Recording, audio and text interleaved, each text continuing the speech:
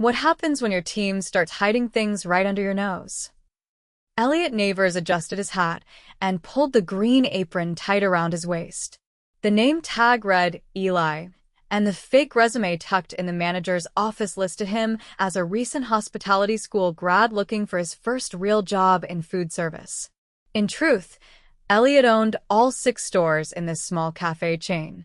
He'd bought the business 8 years ago from a retiring couple and grew it slowly, making sure to keep the neighborhood vibe intact. But lately, something had been bothering him. The district manager, Lyle, had flagged the downtown location store as underperforming. High turnover, customer complaints, and strange discrepancies in gift card transactions. Elliot had tried to get more details, but everything he heard sounded vague. It's probably just a training issue, Lyle had said. But Elliot didn't trust maybes. Not anymore. He hadn't visited store 4 since buying the company. None of the staff there had ever met him in person. All corporate communication ran through district leads, and Elliot liked it that way. Until now. So here he was, posing as a new barista in training for a week. The disguise worked. Hair buzzed shorter. Beard gone. Glasses added. He even changed his voice, slightly more upbeat, more naive. And no one questioned him. "Eli, you're late," barked a woman the moment he clocked in. She was tall, sharp-featured, maybe mid-30s, with a ponytail pulled so tight it looked like it hurt. Her name tag read Tamra, team lead. "Sorry," Elliot said quickly. "The bus took a minute longer than. This isn't a job where you get to be late. You're on register today." "Don't screw up." He nodded and walked behind the counter, where a younger employee gave him a quick smile. "I'm Shayla," she whispered. "Don't take it personal. Tamra's like that with everyone." Elliot offered a polite nod and started learning the POS system. The morning rush hit hard line out the door, mobile orders piling up, and Tamra barking orders like she was running a boot camp. "You gave that guy oat milk instead of almond," she snapped at Shayla. "I asked twice, he said oat." "Well, now he's mad." Fix it. "You want him to leave a bad review." Elliot kept his head down, but he watched everything. Shayla was fast, respectful, and clearly trying. Tamra, on the other hand, spent more time hovering over the tip jar and disappearing into the back than actually helping.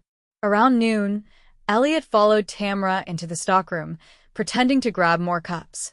That's when he saw it. Tamra was behind the counter with a handful of gift cards. Not the blank ones. These were pre-loaded. She stuffed 2 into her apron and slid the rest back into the drawer like nothing happened. His heart jumped. She didn't see him. He stepped back out and returned to the front. But the image stayed burned into his mind. Pre-loaded gift cards were tracked. If they're missing, it's a loss. A theft. He couldn't jump to conclusions. Not yet. That night, Elliot sat in his car outside the cafe, going back and forth. Maybe there was a reason. Maybe she was holding them for a customer. Maybe no. That wasn't it. She was sneaky about it. Still, he didn't act right away. He needed more. One moment wasn't enough to accuse someone. And if he was going to confront this, he'd do it right. No guesses. The next day, he returned early and cleaned tables before the doors opened. Shayla walked in with earbuds in. "Hey, Eli," she said, smiling. "You're early." "Wanted to make a good impression," he said. She laughed. "You're the only one who cares about that here." They worked the morning rush together. Elliot noticed something else. Shayla constantly picked up slack restocking, wiping counters, checking bathrooms while Tamra vanished into the back every 20 minutes. By the 3rd day, he saw it again.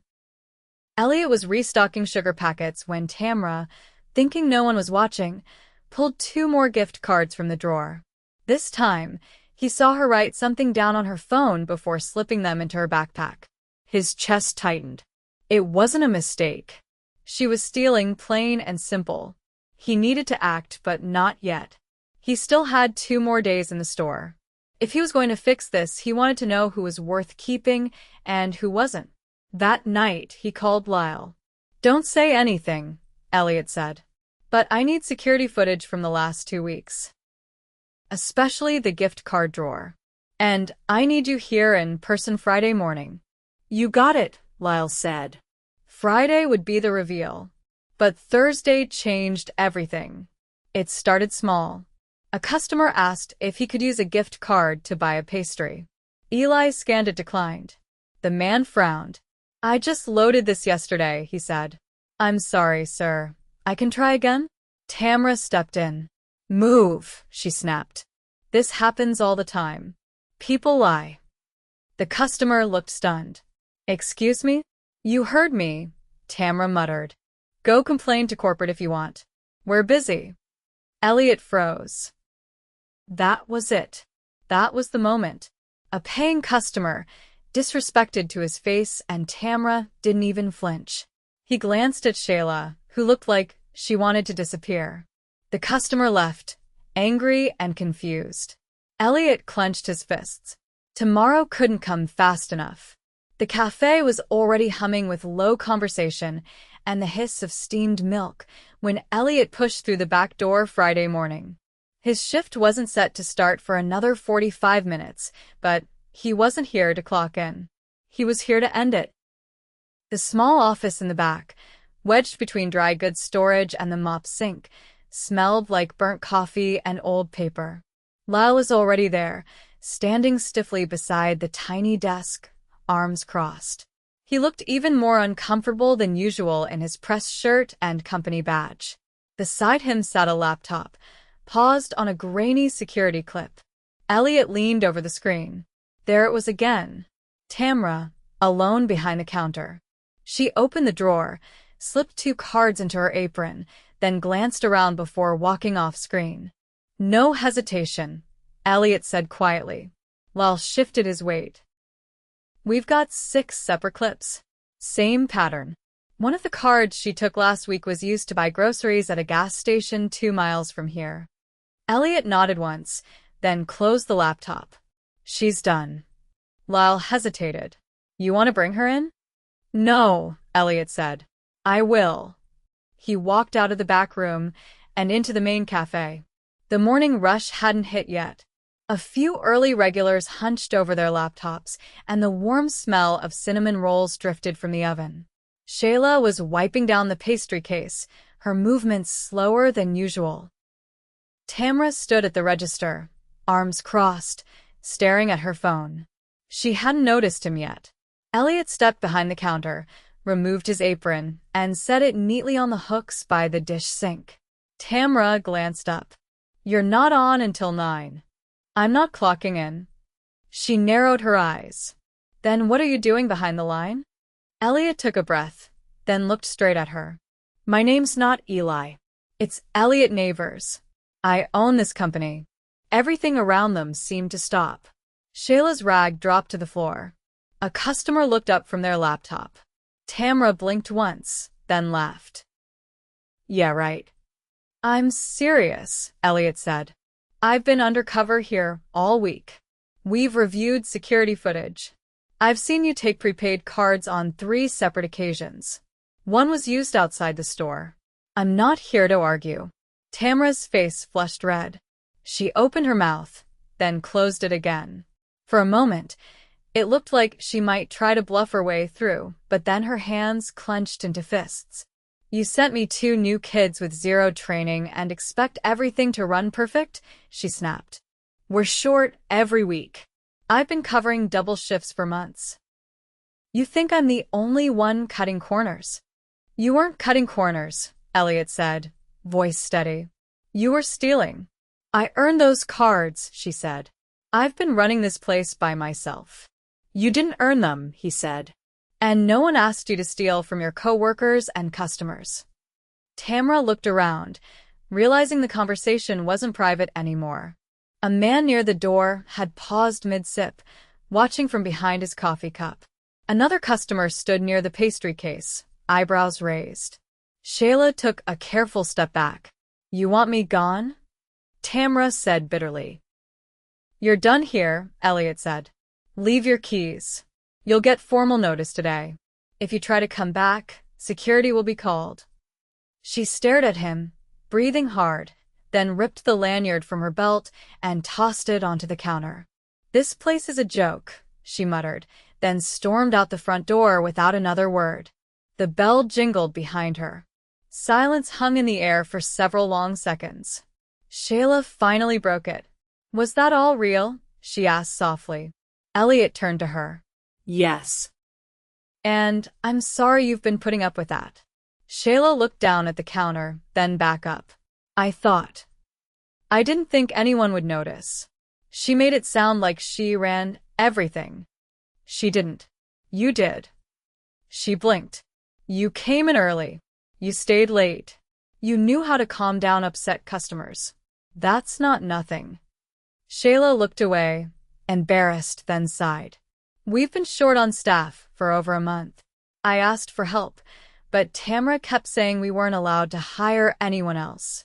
I thought maybe it was a budget thing." "It wasn't," Elliot said. "You have approval to hire." "She just didn't want to train anyone." Shayla gave a short laugh, but it didn't sound amused. "That tracks." Elliot turned to Lyle, who had stepped quietly into the room during the confrontation. "Post the position today. Shayla, if you're willing, I want you to take over as interim lead while we find someone permanent." Shayla's eyes widened. "Me? You've been doing the job already," Elliot said. "Might as well get paid for it." She nodded slowly. "Okay." "Yeah."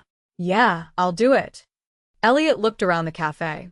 A few customers had gone back to their laptops, but the quiet still lingered. "I'm staying through close tonight," he said. "We're going to fix this properly."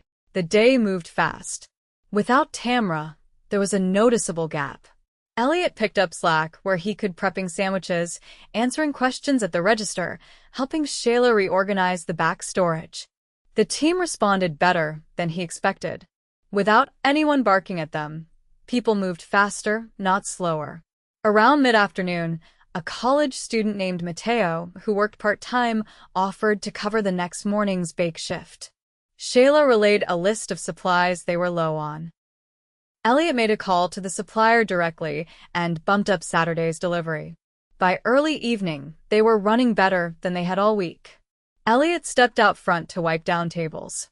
A woman in a denim jacket looked up from her seat. "Was that your manager who left earlier?" she asked. "Yes," Elliot said simply. "She wasn't very nice," the woman said. "I come in here a lot." "The girl with the braids? She's the one who keeps this place from falling apart." "You're not wrong." She smiled, then turned back to her book. Back behind the counter, Shayla was training a younger employee on how to fold pastry bags properly. "Hey," Elliot said, catching her attention. "You free after close?" She glanced at the kid she was training. "If I stay late, I have to text my roommate to feed my cat. You'll be out on time." "I just want 10 minutes. She nodded, curious. When the final customer left and the chairs were flipped, Elliot sat with Shayla at a corner table. "I want to fix this store long-term," he said. "We're bringing in 2 new hires next week. You'll help train them. I've also scheduled a deep dive on our POS system. I want to know why our alerts didn't catch the card activity sooner." Shayla nodded slowly. "Okay. I also want to give you a raise, starting Monday, and a bonus for the hours you've been working off the clock." We pulled the time logs.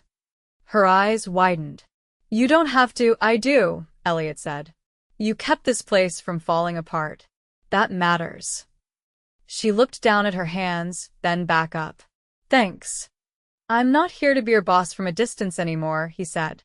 "I'm taking a closer role for a while." "That starts with being present." Shayla didn't say anything right away.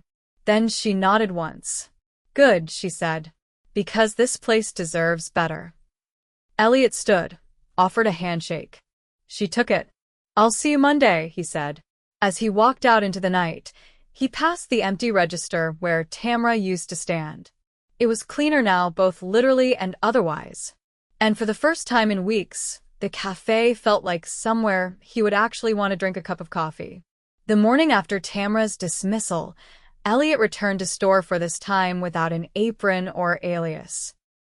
He stepped through the side entrance just after sunrise, still wearing the simple gray hoodie and jeans he'd used during his undercover week. He hadn't come to be seen as the boss today. He'd come to observe, quietly. Inside, the air was thick with the smell of baked scones and ground espresso. Matteo was already behind the counter, wiping down the espresso machine with slow, deliberate movements. He looked up when he saw Elliot and gave a polite nod. "I didn't think you'd be back today," Matteo said. Elliot leaned on the counter. "I wanted to see how things were holding together." "You okay for the opening shift?" Matteo hesitated.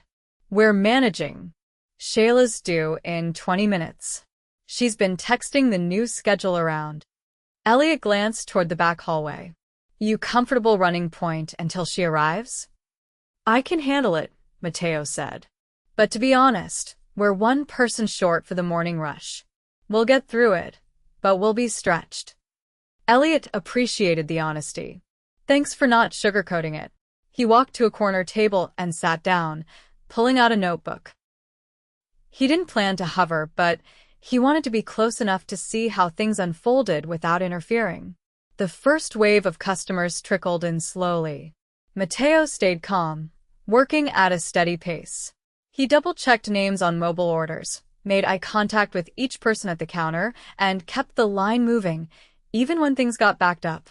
When Shayla walked in, hair still damp from a rushed shower, she gave Matteo a quick fist bump and took over the register. Elliot watched her eyes scan the café automatically, checking customer flow, pastry stock, and whether the trash bin was nearing full. She adjusted quickly, her tone with customers upbeat but efficient.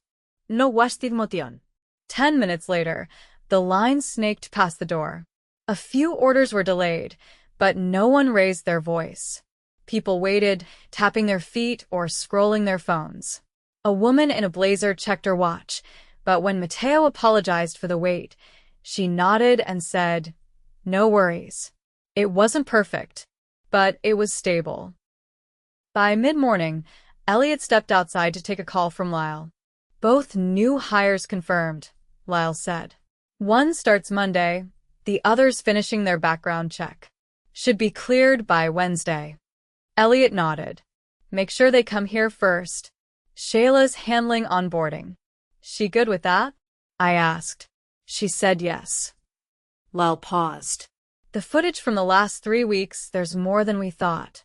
Tamra had a pattern. She wasn't just taking cards. There were days where she clocked in, left for an hour, and came back without adjusting the time. Elliot's jaw tightened. "Send everything to HR. They'll handle it from here." He ended the call and returned inside, where the rush had finally eased. Shayla was refilling the napkin dispensers. When she saw Elliot, she gave a nod. "You see the guy with the beard and the camo jacket?" she said. "Left 15 minutes ago?" "Yeah." "He's been coming in again." He stopped for a while after Tamra snapped at him about the bathroom. Elliot raised an eyebrow. "What happened?" He asked for the code. She told him it was for paying customers only, even though she'd seen him buy coffee 5 minutes earlier. He didn't argue, just walked out. Elliot exhaled slowly. "And now?" He bought a muffin and left a 5 in the tip jar. "Good," he said. "That's what we want." They stood in silence for a moment. "You're doing a lot right," Elliot said. Shayla looked skeptical. "It still feels like we're one bad day away from falling apart." "You're not wrong," Elliot said. "It'll take time. But you're not alone in it anymore." She nodded, then glanced toward the back hallway. "You see the schedule?" I did. "Matteo's covering 4 mornings this week. He hasn't said anything, but he's got class after lunch. He'll burn out if we're not careful." Elliot pulled out his phone and began typing. "I'll adjust it. Pull him back to 3 shifts max. I'll bring in a floater from store 2 until the new staff are trained." Shayla's expression softened. "Thanks." Elliot put his phone away. "What about you? You need a day off." She hesitated. "I should say no, but yeah, Sunday would help." "It's yours," Elliot said. "We'll cover it." A quiet moment passed before she added, "It's weird. I keep expecting someone to tell me I'm not doing enough." "No one's saying that," Elliot said. "And if they did, it wouldn't be true." A few feet away, a teenage employee was restocking the fridge with bottled drinks. He fumbled one and it rolled under the counter. Shayla stepped over without a word and helped him retrieve it. "You double-checked the expiration dates?" she asked. Yeah. "All still good." "Good. Grab the almond milk next. We're down to 2. The kid gave an uncertain nod and hurried off. Elliot waited until she returned. "You ever train anyone before?" he asked. "Not formally. Just picked it up. You're doing it like someone who's been managing for years." She gave a quiet laugh. "Guess I faked it well enough." "No," Elliot said. "You earned it." The door opened, and a customer stepped in, a man in his 60s with a tired face and a limp. He looked around, uncertain. Shayla walked over. "Welcome in. You looking for anything in particular?" "Just coffee," he said. "And somewhere warm to sit." "We've got both," she said kindly. "What kind of roast do you like?" Elliot watched the exchange without interrupting. Shayla helped the man to a corner seat, brought him a coffee herself, and told him to take his time. He sat down quietly, hands wrapped around the cup like it was something delicate. Elliot folded his arms and exhaled through his nose. Later that afternoon, he called a brief team meeting before the evening shift rolled over.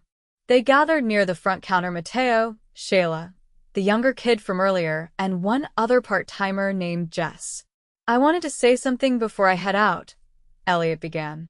"This week's been a lot. I know I dropped in out of nowhere. I know some of you still aren't sure what's coming next." They listened quietly. "But I've been watching," he continued.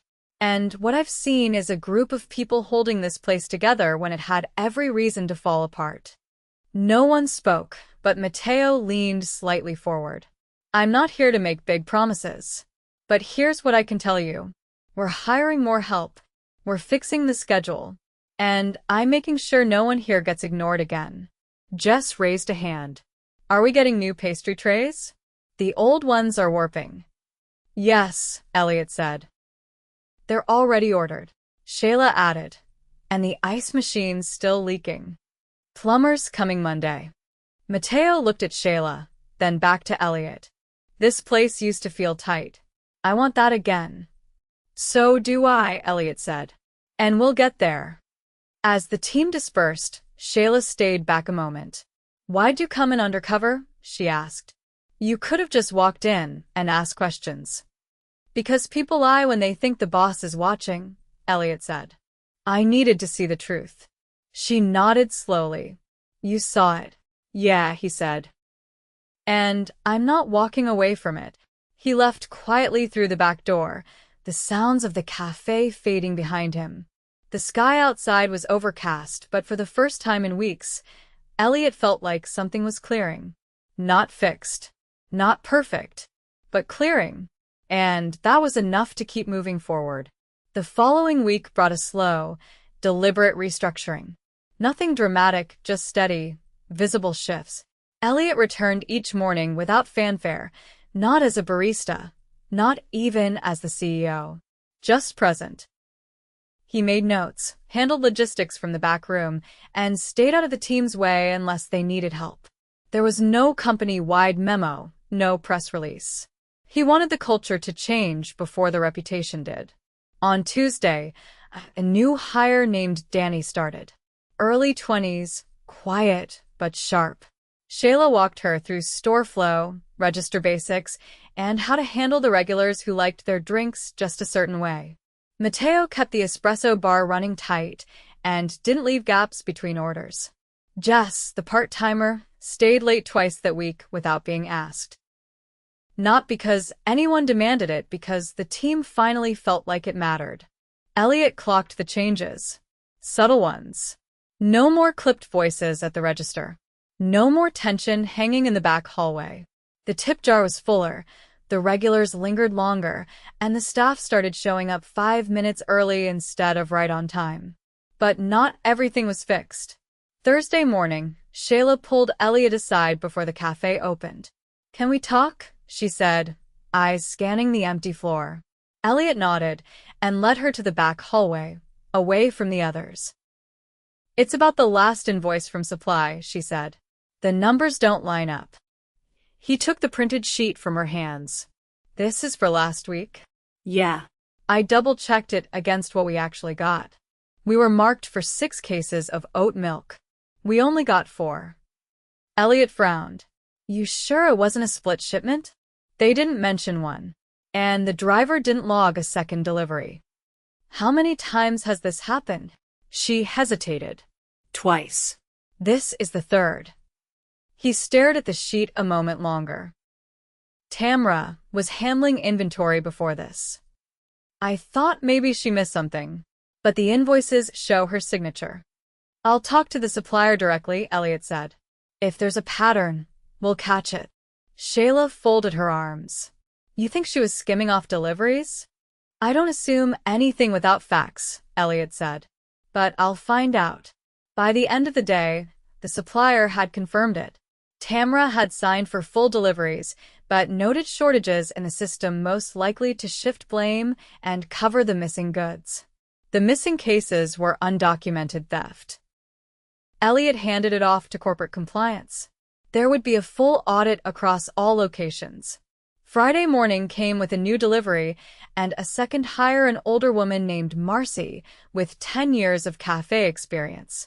Shayla greeted her like an old friend, even though they'd just met. "Glad you're here," Shayla said, handing her a clean apron. "We've got a good rhythm starting." "Looks like it," Marcy said, eyeing the clean pastry case and the organized prep counter. "This place runs tighter than most I've seen." Elliot watched from the back, arms crossed. The pieces were finally falling into place. Later that morning, a man walked in wearing slacks and a button-down with a corporate badge clipped to his belt. He ordered a black coffee, then lingered by the register, scanning the store. Elliot approached him quietly. "You from compliance?" he asked. The man nodded. "Name's Victor. I'm finalizing the audit on store 4. Wanted to walk the location in person." Elliot gestured to a side table. "Let's talk." They sat across from each other as Shayla and the team worked behind them. "We confirmed the inventory manipulation," Victor said. "It wasn't just oat milk. There were missing bakery trays, cleaning supplies, even whole boxes of syrups." "Any evidence she sold them off-site?" "We're checking resale platforms now. But even without that, it's enough for civil charges." Elliot didn't flinch. "Do what you need. I'm not protecting anyone." Victor nodded. "You've got a good team here now. That's rare after something like this." "It wasn't luck," Elliot said. "They held this place up without help. I'm just catching up." Victor stood. "We'll finish the report this week. You'll have everything documented." Once he left, Elliot returned to the counter. Shayla was training Marcy on the mobile pickup station. "Got time for a quick check-in?" he asked. Shayla gave Marcy a short nod. "Be right back." They stepped to the side hallway just outside the staff room. "Compliance was here," Elliot said. They confirmed Tamra took more than just gift cards. She was pulling product too. Shayla didn't react with surprise. Just a quiet exhale. "Thought so." "She'll be held accountable," Elliot said. "But I want your help with something bigger."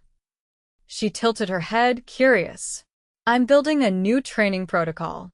Not just for store 4, for all locations. I want to ground it in actual store experience. I want practices that work in real time, not just policy on paper." "You want me to help write it?" "I want you to lead it." Her eyes narrowed slightly. "That's not just a local thing. It's a corporate initiative. You'd still be based here, but you'd be lead trainer across the brand. You'd set the bar." She didn't answer right away. "You've seen what happens when the wrong person holds power," he said. "I want the right people shaping the culture. Starting now." Shayla looked back toward the front of the cafe, where Marcy and Mateo were moving through orders like clockwork. "How many stores?" 6 for now." More coming next year. She turned back. Then yeah, I'm in. Elliot extended his hand. We start Monday. By the following week, Store 4 was no longer the worst performing branch. It wasn't the best yet, but it was on track. Customer complaints had dropped. Reviews shifted from frustrated to grateful. Regulars started learning staff names again. And for the first time since Elliot had bought the chain, the store ran the way he always imagined it could, with dignity, with care, and with balance. The final piece came on Thursday, when Shayla walked into the back office with a binder full of training notes and a whiteboard schedule drawn out by hand. I've got day 1 mapped out, she said. Role-play sessions, policy walkthroughs, and real-time coaching. No one slips through the cracks. Elliot looked it over. This is better than anything we've ever had. I know, she said. I built it for people like me, the ones who show up and try, even when no one's watching. He nodded once. Let's make sure they're never invisible again. And from that point forward, they weren't.